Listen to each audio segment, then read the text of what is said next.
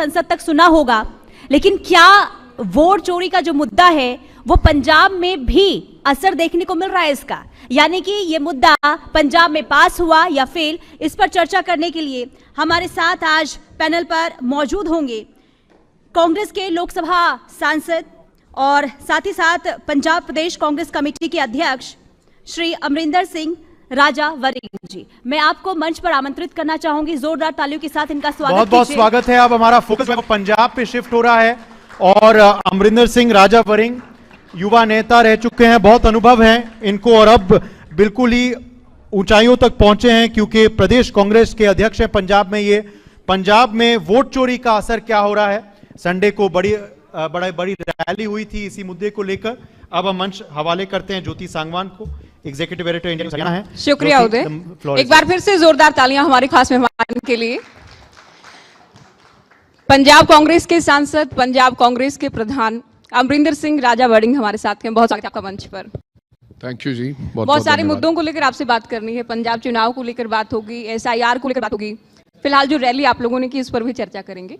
शुरुआत आपके नाम को लेकर, राजा वरिंग नाम सुनकर लगता है किसी बड़े राजघराने से आते हैं या कोई बड़े परिवार से आते हैं। क्या कहानी, क्या दिलचस्प क्या किस्सा के पीछे?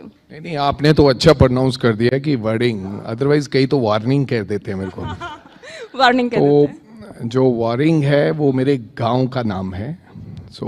मैं कोई राजा महाराजा परिवार से नहीं हूँ। मेरी नानी ने बताया मेरे को। मैं तो 6 साल का था जब मेरी माँ चली गई, 9 साल का था जब मेरे पिताजी चले गए। तो मेरी नानी ने बताया कि तेरी माँ ने नाम रख दिया था कि माँ मैं इसका राजा कहती थी, तो इसलिए मेरा नाम अमरिंदर सिंह के साथ राजा जुड़ गया है। लेकिन मैं राजघराने से नहीं हूँ, एक आम किसान परिवार से हूँ जिसका राजनीति में कोई ताल्लुकात नहीं था। I am the first generation जो पॉलिटिक्स में हूँ। जो स्ट्रगल करके अपनी राहें खुद चुनते हैं वो राजाओं से कम भी नहीं होते हैं।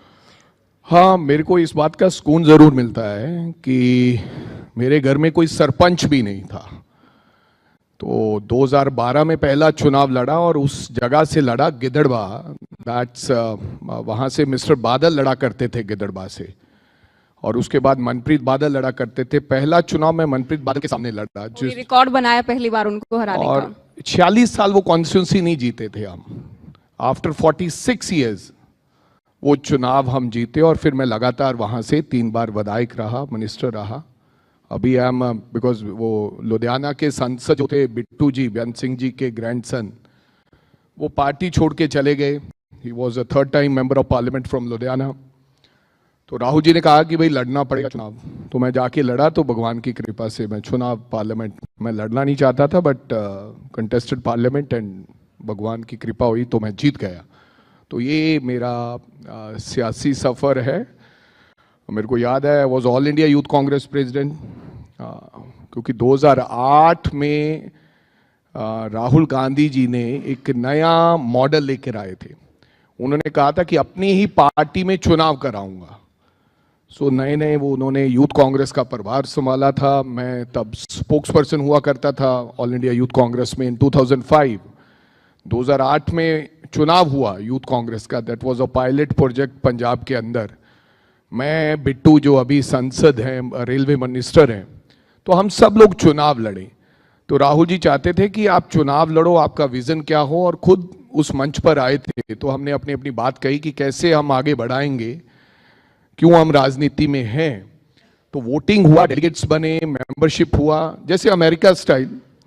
बट आज भी वो चल रहा है पूरे देश के अंदर। यूथ कांग्रेस में चुनाव चल रहे हैं। उनका ये मकसद था कि मैं चाहता हूं कि नेता पुत्र नेता नहीं बने। ये ना हो कि चमचा वो खुद तो बने हैं। फिर परिवारवाद को लेकर तो बीजेपी आप लोगों को घेरती ही है। मैं उसमें भी आपको कहना चाहता हूं कि केवल नेता पुत्र होने के नाते राहुल गांधी पॉलिटिक्स में नहीं है। अब मेरा बेटा हो सकता है उसको ये मंच मिले कि ऑलरेडी उसका बाप 3 बार का MLA और मिनिस्टर है, और वो हो सकता है डॉक्टर का बेटा डॉक्टर बनता है। तो राहुल गांधी, अगर आप ये कहें कि केवल नेता पुत्र से बने हैं, तो ये गलत बात है। मेरे को लगता है कोई ऐसा कहे, जितना हार्डवर्क राहुल गांधी करते हैं और जैसे उन लोगों ने देश के लोगों के साथ राहुल गांधी खड़े हुए और मेरे जैसे हजारों लाखों नौजवानों को उन्होंने आगे बढ़ने का अवसर दिया। 43 साल की उम्र में मेरे को पीसीसी का अध्यक्ष बना दिया। जब इतने बड़े दिग्गज नेता पंजाब के अंदर और भी हैं, लेकिन एट द एज ऑफ 43 मैं 4 साल से पीसीसी हूं। इससे ज्यादा राहुल गांधी, और जिस प्रकार से भारत जोड़ो यात्रा लोगों ने माहौल बनाया हुआ था कि राहुल गांधी नेता पुत्र है, राहुल गांधी कुछ करते नहीं है। जब 4000 किलोमीटर की यात्रा और जिस प्रकार से वोट चोरी का उन्होंने पर्दाफाश किया है, मैं समझता हूं कि ये अब देश जानता है। वो समय कब आएगा उसका इंतजार है, लेकिन देश जानता है कि राहुल गांधी पॉलिटिक्स में नेता पुत्र होने के नाते नहीं है, उसमें अपने में दम है, इसलिए राहुल गांधी आज पॉलिटिक्स में है। राहुल गांधी की तारीफ आप करते हैं और आपका बनता भी है उनकी तारीफ करना। स्ट्रगल वो करते हैं, लोगों के बीच जाते हैं, यात्राएं निकालते हैं, मुद्दे उठाते हैं। जनता नहीं सुनती है, वोट नहीं देती है। बीजेपी कहती है इनको बार बार लॉन्च करने का प्रयास करती हैं कांग्रेस वाले, लेकिन लॉन्च नहीं कर पा रहे हैं। बहुत सारे चुनाव हार गए उनकी अगुवाई में, 100 का रिकॉर्ड बनाने वाले हैं, 100 चुनाव हारने का बीजेपी का कहना। आपको पता है महाराणा प्रताप कितनी लड़ाइयां हारे थे? पता है आपको? फिर हल्दी घाटी का युद्ध हुआ था, तो उस धरती पर मैं जाकर आया हूं। उस धरती का रंग लाल है, लोग याद करते हैं महाराणा प्रताप को।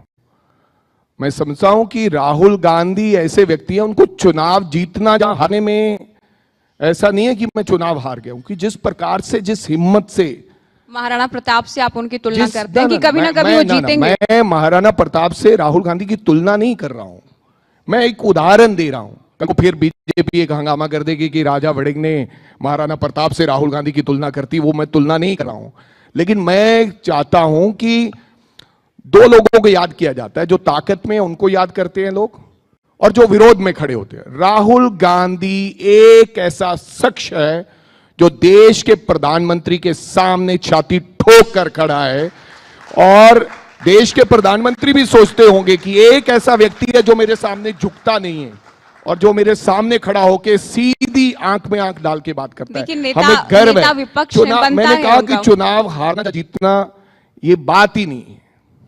आप क्या कह रहे थे? नहीं, नेता विपक्ष है, उनका बनता के मुद्दे उठाना भी। आप अपने क्षेत्र के मुद्दे कितने उठा पाते हैं? कितना आश्वस्त हैं आप कि आप जस्टिस कर रहे हैं लोगों के साथ?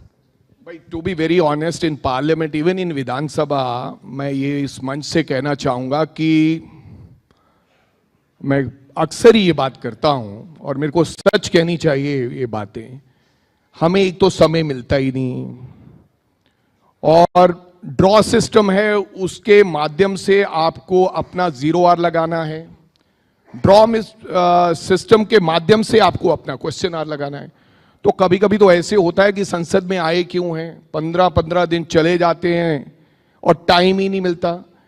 एंड जिस प्रकार से संसद चलती है, अगर सामने बीजेपी का मेंबर ऑफ पार्लियामेंट हो तो उसको 0 आर में भी भाषण देने का मौका दे देंगे 10 मिनट। अगर हमारे 0 आर कभी निकल आए, वैसे तो आता ही नहीं है, तो अगर आ भी जाए ड्रॉ में, तो हमें आधे मिनट में चुप करा दिया जाता है। Although everybody is equal in Lok Sabha. तो ये दुर्भाग्य है। जिस मुद्दों पर डिस्कशन होना चाहिए, जिन बिल्स के ऊपर डिस्कशन होना चाहिए, जैसे कि आज मनरेगा को कोई नाम को लेकर और बिल लेकर आए आदरणीय शिवराज चौहान साहब, वो बिल 15 मिनट पहले या आधा घंटे पहले हमें दिए जाते हैं, उसके ऊपर क्या हम चर्चा करेंगे? तो बेसिकली जो लोगों की उम्मीदें होती है हमारे ऊपर, हम उन पर खरा नहीं उतर सकते बिकॉज ऑफ जो डिस्क्रिमिनेशन हमारे साथ लोकसभा में होता है। अच्छी बात यह है कि राजा वड़िंग ये स्वीकार कर रहे हैं कि जो उम्मीदें हैं लोगों की, उनके साथ आप लोग न्याय नहीं कर पाते, क्योंकि सदन में विपक्ष का सांसद होने के नाते आप लोगों के साथ न्याय नहीं हो पाता है। आप लोगों को आवाज उठाने का उतना खुला रूप से मौका नहीं देते हैं। बिल्कुल बिल्कुल, बीच में स्पीकर आपका बंद कर दिया जाएगा, काट दिया जाएगा। मेरे को लगता है कोई नया सिस्टम होना चाहिए। कभी कभी तो मेरे को उस ड्रॉ सिस्टम पे भी शक होने लगा है। उसमें बीजेपी का जब ड्रॉ आता है तो उनका रोज ही सवाल लगा होता है। अब मानो मैं 15 दिन के लिए आया हूं, मेरे को तो अब शक हो रहा है कि अगर ये वोट चोरी हो सकता है तो ड्रॉ सिस्टम में भी मोदी जी ने गड़बड़ किया हुआ है। सच कह रहा हूं। ये तो आप और एक कदम आगे बढ़ा रहे हैं। अभी तक ईवीएम पर आप लोग बात कर रहे थे, है ना, SIR को लेकर बात कर रहे थे, वोटर लिस्ट को लेकर बात कर रहे थे। अब जो प्रश्न निकालने का ड्रॉ सिस्टम है। निशिकांत दुबे को सुनते हैं रोज, उसका कारण क्या है?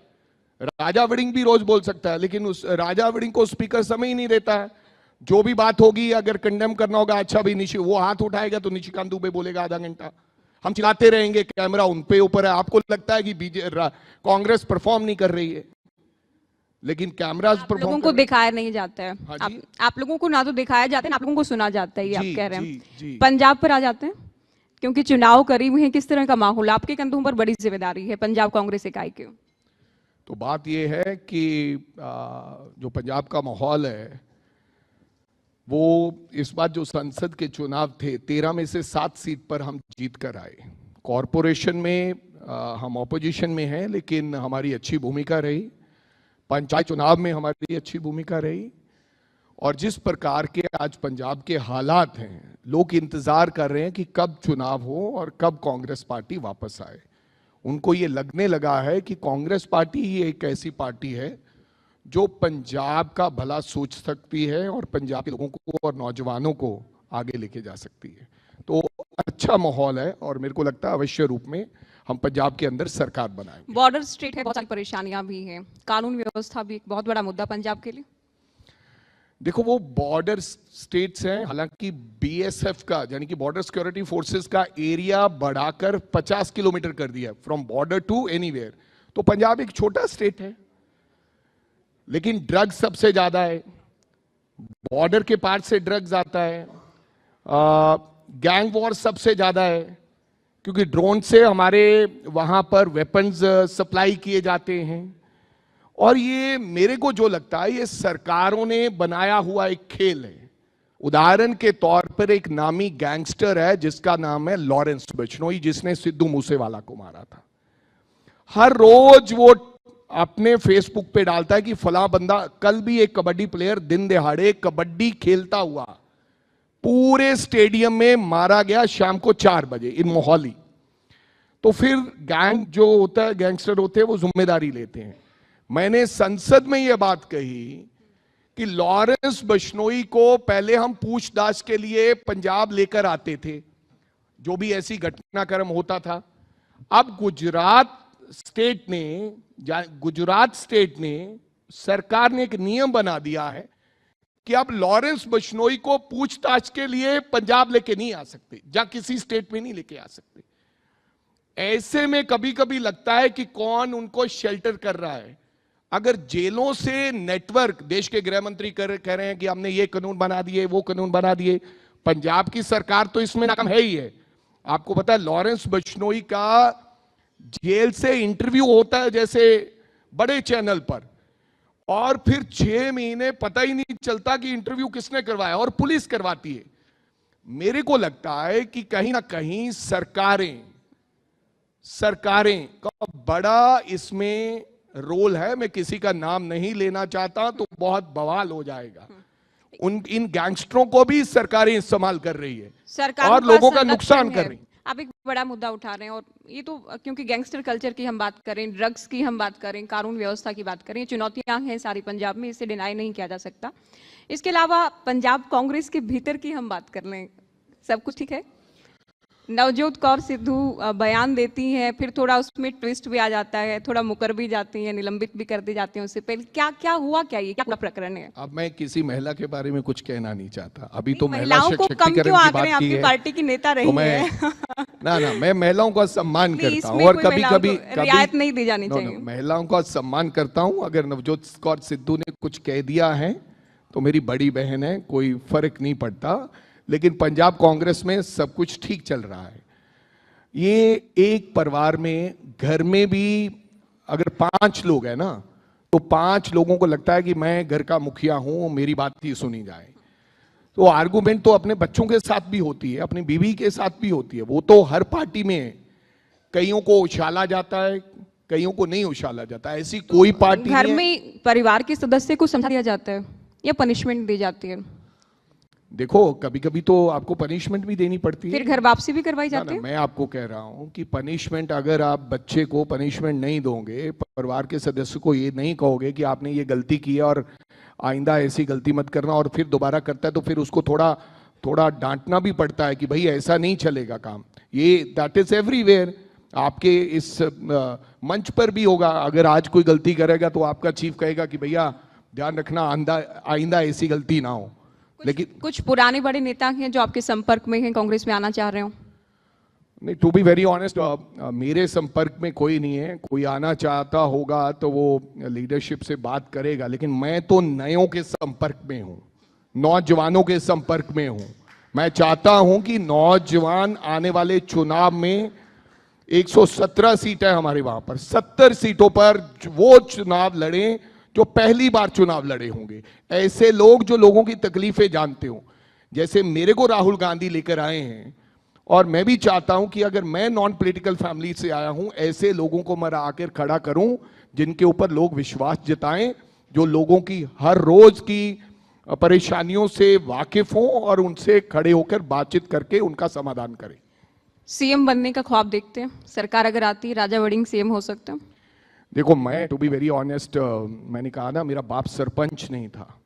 और जिसकी माँ मर जाए 6 साल की उम्र में, जब बाप चला जाए 9 साल की उम्र में, कोई ताया चाचा ना हो, मैं कभी एमएलए बनने का नहीं सोचता था। फिर जब मैं कॉलेज में गया तो इलेक्शन लड़ा तो मैं जीतने लगा। मेरे को लगा कि यार ये तो अपनी बात है, तो मैं सोचता था कि मैं एक बार एमएलए बन जाऊं।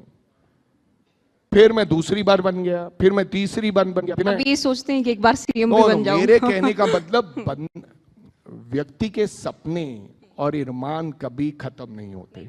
But I am very much satisfied जहां पर मैं हूं। लेकिन ऐसा नहीं कहूंगा कि कोई मेरे को बनाए तो मैं कहूंगा मैं नहीं बनूंगा।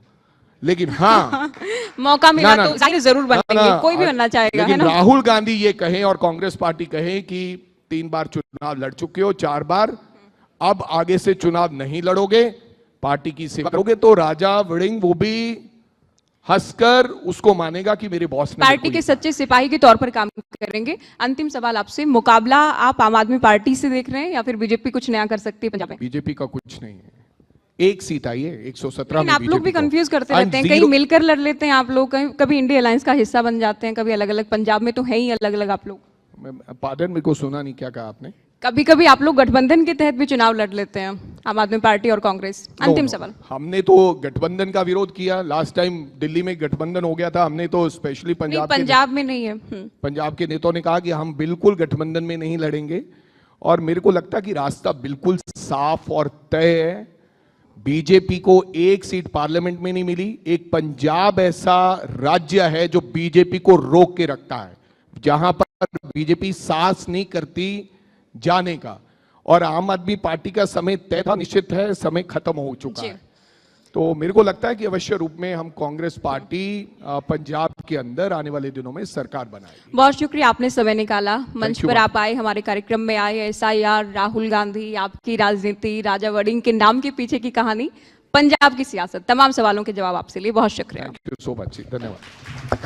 बहुत बहुत शुक्रिया आपका। और देखिए, इसलिए ये मंच इतना ज्यादा महत्वपूर्ण हो जाता है क्योंकि हम लगातार कहते हैं कि चाहे सत्ता पक्ष हो या विपक्ष, सवाल दोनों से ही हो और तभी जो जवाब मिलेंगे उससे पता चलेगा कि आखिरकार कौन किस तरीके से अपनी जिम्मेदारी निभा रहा है। और इसीलिए ये सेशन खास था। बहुत शुक्रिया।